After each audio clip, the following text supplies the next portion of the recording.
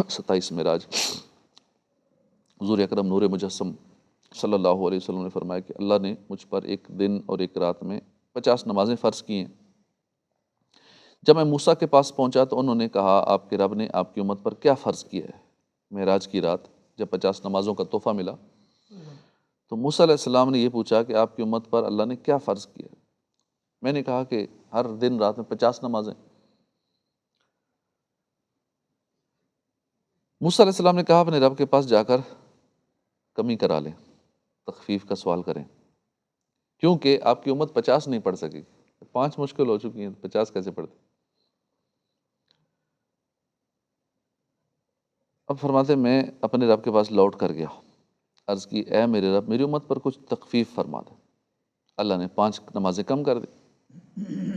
میں موسیٰ علیہ السلام کے پاس پہنچا، کہا کہ اللہ پاک نے 5 نمازیں کم کر دی ہیں۔ موسیٰ علیہ السلام نے کہا کہ آپ کی امت یہ 45 بھی نہیں پڑھ سکے گی، اور کم کرائیں۔ رسول اللہ صلی اللہ علیہ وسلم نے فرمایا، موسیٰ علیہ السلام کے پاس سے اللہ کی بارگاہ میں پھر حاضر ہوا، اور یہ آنے جانے کا سلسلہ بار بار جاری رہا۔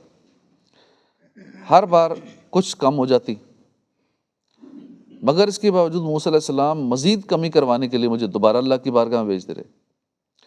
حتیٰ کہ جب 5 رہ گئیں اللہ پاک نے فرمایا اے محمد صلی اللہ علیہ وآلہ وسلم دن اور رات کی یہ 5 نمازیں ہیں، اور ان میں سے ہر نماز کا 10 گنا اجر ملے گا، لہذا اجر و ثواب کے حساب سے یہ 50 ہی ہیں، پڑھنی 5 ہیں۔ بھی کتنا اللہ کا کرم ہے۔ اور مزید فضل یہ فرمایا، کرم یہ ہے کہ جو شخص نیک کام کرنے کی نیت کرے پھر وہ نیک کام کر نہ پائے تو اس کے لیے صرف اچھی نیت کی وجہ سے ایک نیکی لکھ دی جائے گی، اور اگر وہ اس نیکی کو کر گزرے تو پھر 10 نیکیاں لکھی جائیں گی، اور جو شخص برے کام کا قصد کرے اور وہ برا کام نہ کرے اس کے نامہ اعمال میں بری نیت کے جرم میں کوئی گناہ نہیں لکھا جائے گا۔ البتہ اگر وہ برا کام کر لے گا تو اب ایک ہی برائی لکھی جائے گی، ایک نیکی کرنے سے 10 نیکیاں، لیکن برائی ایک کریں گے تو ایک برائی لکھی جائے گی۔ اس کے بعد رسول اللہ صلی اللہ علیہ وسلم نے فرمایا کہ پھر میں موسیٰ علیہ السلام کے پاس پہنچا اور ان کو ان احکامات کی خبر دی۔ انہوں نے اب کی بار بھی یہی کہا کہ اپنے رب کے پاس جا کر مزید تخفیف کرا لیں۔ حضور نے فرمایا کہ میں نے موسیٰ علیہ السلام سے کہا کہ نمازوں میں کمی کروانے کے لیے میں اتنی بار رب کی بارگاہ میں جا چکا ہوں کہ اب مجھے حیا آتی ہے کہ میں اور بھی کم کروں اسے۔ قرآن پاک کے 15ویں پارے میں سورہ بنی اسرائیل کی پہلی آیت میں اللہ پاک نے اپنے محبوب کے اس سفر معراج کے ابتدائی حصے کا تذکرہ کرتے ہوئے فرمایا سبحان الذی اسری بعبدہ لیلا من المسجد الحرام الی المسجد الاقصی، پاکی ہے اسے جو راتوں رات اپنے بندے کو لے گیا مسجد حرام یعنی خانہ کعبہ سے مسجد اقصی تک، بیت المقدس تک۔ یاد رہے کہ ہمارے پیارے آقا صلی اللہ علیہ وسلم شب اسریٰ کے دولہا سفر معراج مسجد حرام سے شروع ہو کر یہ سفر جو سٹارٹ ہوا یہ مسجد اقصی تک ختم نہیں ہوا، بلکہ قرآن و حدیث سے ثابت ہے کہ نبی کریم صلی اللہ علیہ وسلم نے معراج کی رات نہ صرف 7 آسمانوں کی سیر فرمائی بلکہ اس سے بھی وراء الورا، جہاں تک اللہ نے چاہا تشریف لے گئے۔ اعلیٰ حضرت فتاوی رضویہ میں شرح حمزیہ کے حوالے سے نقل فرماتے کہ جب موسیٰ علیہ السلام کو دولت کلام عطا ہوئی ہمارے نبی صلی اللہ علیہ وسلم کو ویسی ہی شب اسریٰ ملی اور زیادت قرب یعنی قرب خداوندی کی زیادتی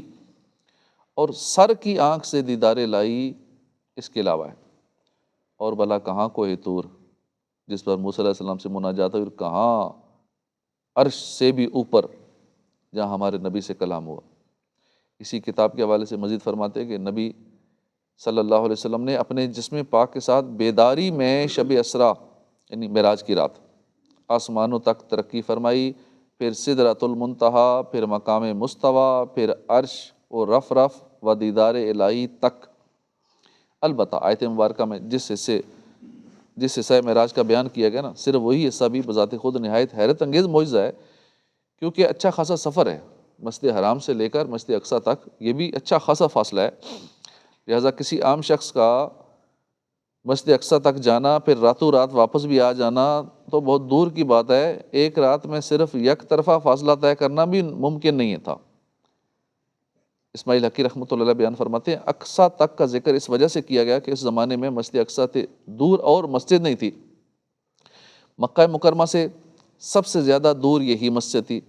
مسجد حرام اور مسجد اقصیٰ کے درمیان 1 مہینے سے بھی زیادہ کا فاصلہ ہے، اور وہ فاصلہ اور مزید اگلا فاصلہ سارے فاصلے ایک لمحے میں طے ہو گئے۔ سیدنا ابو ہریرہ رضی اللہ عنہ سے روایت ہے کہ جب اللہ کے محبوب صلی اللہ علیہ وسلم نے معراج کی رات جبرائیل علیہ السلام سے ارشاد فرمایا یا جبریلو ان قومی یتہمونی ولا یصدقونی، اے جبرائیل میری قوم مجھ پر تہمت لگائے گی اور میری تصدیق نہیں کرے گی۔ جبرائیل علیہ السلام نے عرض کی کہ اگر آپ کی قوم آپ پر تہمت لگائے گی تو کیا ہوا، ابو بکر تو آپ کی تصدیق کریں گے کہ وہ تو صدیق ہے۔ چنانچہ ایسا ہی ہوا، جب شب معراج کی صبح حتیم کعبہ کے پاس کھڑے ہو کر پیارے آقا نے لوگوں کے سامنے اس سہانی معراج کا ذکر کیا تو اہل ایمان کا ایمان تو اور مضبوط ہو گیا، مگر منافقوں کے پاؤں کے نیچے سے زمین نکل گئی۔ ایک رات میں اتنا طویل سفر طے کر لیا، چنانچہ مشرکین دوڑتے ہوئے حضرت ابوبکر صدیق کے پاس پہنچے، کہنے لگے کہ کیا آپ اس بات کی تصدیق کر سکتے ہیں کہ جو آپ کے دوست نے کہی ہے کہ انہوں نے راتوں رات مسجد حرام سے مسجد اقصیٰ کی سیر کی؟ آپ نے فرمایا اوقال ذالک، کیا آپ صلی اللہ علیہ وسلم نے واقعی یہ بیان فرمایا ہے؟ انہوں نے کہا جی ہاں۔ آپ نے فرمایا اگر آپ صلی اللہ علیہ وسلم یہ فرمایا تو پھر صحیح فرمایا، سچ فرمایا۔ یعنی کیا آپ اس حیران کن بات کی تصدیق کرتے ہیں؟ وہ کہتے ہیں کہ وہ آج رات بیت المقدس گئے اور صبح ہونے سے پہلے واپس بھی آ گئے۔ آپ نے فرمایا کہ ہاں، میں تو حضور صلی اللہ علیہ وسلم کی آسمانی خبروں کی بھی صبح شام تصدیق کرتا ہوں، یقیناً وہ تو اس سے بھی زیادہ حیران کن اور تعجب والی باتیں ہوتی ہیں، بس اس واقعے کے بعد آپ صدیق مشہور ہو گئے۔ بعض باتیں لوگوں نے آپ کے اس عظیم معجزے کو جھٹلانے کے لیے طرح طرح کے سوالات کرنے شروع کر دیے، جیسا کہ حدیث پاک میں ہے اللہ کے محبوب صلی اللہ علیہ وآلہ وسلم نے فرمایا کہ قریش مجھ سے میرے سفر معراج کے متعلق سوالات کر رہے تھے، انہوں نے مجھ سے بیت المقدس کی ایسی چیزوں کے بارے میں پوچھا کہ جنہیں غیر ضروری ہونے کی وجہ سے میں نے یاد نہیں کیا، کیونکہ بہت ساری چیزیں ہوتی ہیں، جیسے مسجد میں روزانہ نمازی آتے ہیں، لیکن کسی سے پوچھا جائے کہ اس مسجد کے پلر کتنے، نہیں پتہ ہوگا کسی کو، توجہ نہیں پلروں کی طرف، بیم کتنے نہیں توجہ کی، صفیں کتنی ہیں کہ وہ یہ بھی یاد نہیں ہوگا کتنی، حالانکہ روز آتے ہیں، سالوں گزر گئے، کرسیاں کتنی پڑی ہیں یہاں پہ، اب کتنوں کو یاد ہوگا، نہیں کو بتا سکے گا کہ اس وقت حال میں کتنی کرسیاں پڑی ہیں، تو توجہ نہیں ہوتی۔ اس کا یہ مطلب نہیں کہ مسجد نہیں گیا کیونکہ اس کو پلروں کا پتہ نہیں، جی پنکھے کتنے لگے ہوئے ہیں، اندر بلب کتنے لگے ہوئے ہیں، بتائیں جی کتنے بلب ہیں، تو اب وہ بندہ کہ نہیں آپ کو بلب یاد نہیں، پنکھے یاد، آپ تو نماز پڑھنے جاتے ہی نہیں، آپ تو مسجد گئے نہیں، بھائی توجہ نہیں تھی اس طرف، ان چیزوں کی طرف۔ تو سرکار صلی اللہ علیہ وسلم کی بھی توجہ اب اس مسجد کے پلروں کی طرف تو نہیں تھی، مسجد اقصیٰ گئے، امامت کرائی، اور توجہ میں باقی چیزیں نہیں تھیں، تو انہوں نے اس طرح کے سوالات شروع کر دیے۔ کہتے ہیں مجھے اس بات سے اس قدر غم ہوا کہ اس سے پہلے میں کبھی اتنا غمگین نہ ہوا تھا۔ تو اللہ نے بیت المقدس کو میری خاطر اٹھا لیا اور میں اس کو اپنے سامنے دیکھ رہا تھا۔ اب وہ پوچھتے جاتے تھے کتنے پلر تھے، حضور بتاتے جاتے تھے کہ اتنے پلر ہیں، اچھا فلاں چیز کتنی، اتنی ہے۔ یعنی قریش مجھ سے جس چیز کے بارے میں پوچھتے گئے میں انہیں بتاتا گیا۔ مفتی احمد یار خان رحمۃ اللہ علیہ مشرکین مکہ کے ان سوالات کے بارے میں فرماتے ہیں کہ وہ سوالات بھی فضول تھے، مثلاً مسجد کے ستون کتنے، سیڑھیاں کتنی تھی، ممبر کس طرف تھا۔ اب ظاہر ہے کہ وہ چیزیں بار بار دیکھنے پر بھی یاد نہیں رہتی، تو ایک بار دیکھنے پر یاد کیسے رہتی ہیں؟ روز ہم یہاں سے سیڑھیاں اتر کے وضو خانے میں جاتے ہیں، اب کس کو یاد ہے کتنی سیڑھیاں تھوڑی گنتے ہیں۔ کفار نے کہا عرش و کرسی کی باتیں جو آپ بیان کر رہے ہیں ان کی تو ہمیں خبر نہیں ہے، بیت المقدس تو ہم نے دیکھا ہوا ہے، وہاں کی نشانیاں آپ ہمیں بتا دیں۔ اسی لیے رب نے اس معراج کے 2 حصے کیے، ایک مسجد حرام سے مسجد اقصیٰ تک، پھر دوسرا عرش کے آگے تک، تاکہ لوگ اس پہلے حصہ معراج کو بہت دلائل سے معلوم کر لیں۔ لہٰذا جب بیت المقدس کی کیفیت پوچھی گئی تو نبی کریم صلی اللہ علیہ وسلم کو کچھ تردد ہوا، کیونکہ اگرچہ آپ صلی اللہ علیہ وسلم بیت المقدس میں داخل ہوئے تھے، لیکن آپ نے اس کی کیفیت کے متعلق گہری نظر نہیں فرمائی تھی۔ مزید بنا وہ رات بھی تاریک تھی، اللہ نے جبرائیل علیہ السلام کو حکم فرمایا تو انہوں نے اپنے پروں پر بیت المقدس کو اٹھا لیا اور مکہ مکرمہ میں حضرت عقیل کے گھر کے پاس رکھ دیا، اور حضور سامنے دیکھ رہے تھے کہ اتنے پلر ہیں، اتنی سیڑھیاں۔ آپ دیکھتے جاتے، ان کے سوالوں کے جوابات دیتے جاتے تھے۔ یاد رہے، بیت المقدس کو اٹھا کر آپ کی خدمت عالیہ میں حاضر کیا جانا یہ آپ کا معجزہ ہے، جس طرح بلقیس کا تخت اٹھا کر دربار میں حاضر کیا جانا یہ سلیمان علیہ السلام کا معجزہ ہے۔ بہرحال پیارے آقا صلی اللہ علیہ وسلم نے جب بیت المقدس کے بارے میں مشرکین مکہ کی طرف سے پوچھے گئے سوالات، تمام سوالات کے جوابات عطا فرما دیے، چونکہ وہ تو حضور کے اس عظیم معجزے پر ایمان لانے کے بجائے اسے عقل کی کسوٹی پر پرکھ رہے تھے، بلکہ بعض اپنے بغض و عناد کی وجہ سے اس معجزے کو جھوٹا ثابت کرنے پر کمر بستہ تھے، لہٰذا نشانیاں پوچھ رہے تھے بیت المقدس کی، اور اس پر منہ کی کھانے کے باوجود بھی اپنی ہٹ درمی سے باز نہیں آئے۔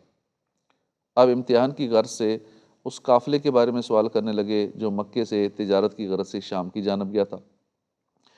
چنانچہ آپ صلی اللہ علیہ وسلم نے انہیں بتایا کہ وہ قافلہ مکہ شریف اور شام کے درمیان فلاں جگہ پر ملا تھا،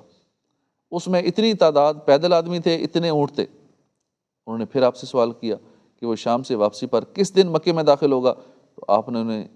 بتایا کہ بدھ کے دن اس ماہ کی فلاں تاریخ کو مکہ میں داخل ہوگا۔ اس کے آگے آگے خاکستری رنگ کا اونٹ ہوگا، جس کے پالان کے نیچے کا ٹاٹ سیاہ ہوگا، اس پر 2 بورے لدے ہوں گے۔ حضور نے جس طرح فرمایا تھا بے عینی ہی اسی طرح ہوا۔ آپ کے معجزات کے ظہور پر مشرکین شرمندہ ہو گئے، پھر بھی ایمان نہیں لائے۔ جس نے نہیں ماننا، نہ نیگیٹو مائنڈ کا ہوتا ہے، بس وہ اپنی بات پہ اڑا رہتا ہے، جو مرضی اس کو دلیلیں دے لیں، ایمان نہیں لائے۔ پیارے آقا کہ یہ بہت ہی عظیم الشان معجزہ ہے معراج کا۔ معراج کی رات عبادت کرنے کے بہت زیادہ فضائل ہیں، اجر و ثواب ہے، آگے دن کا روزہ رکھنا اس کے بڑے فضائل ہیں، تو ابھی سے ذہن بنا لیں کہ انشاءاللہ اس رات عبادت کریں گے اور اگلے دن کا 27ویں کا روزہ بھی رکھیں گے انشاءاللہ۔ صلو علی الحبیب صلی اللہ تعالی علیہ وسلم۔ اعوذ باللہ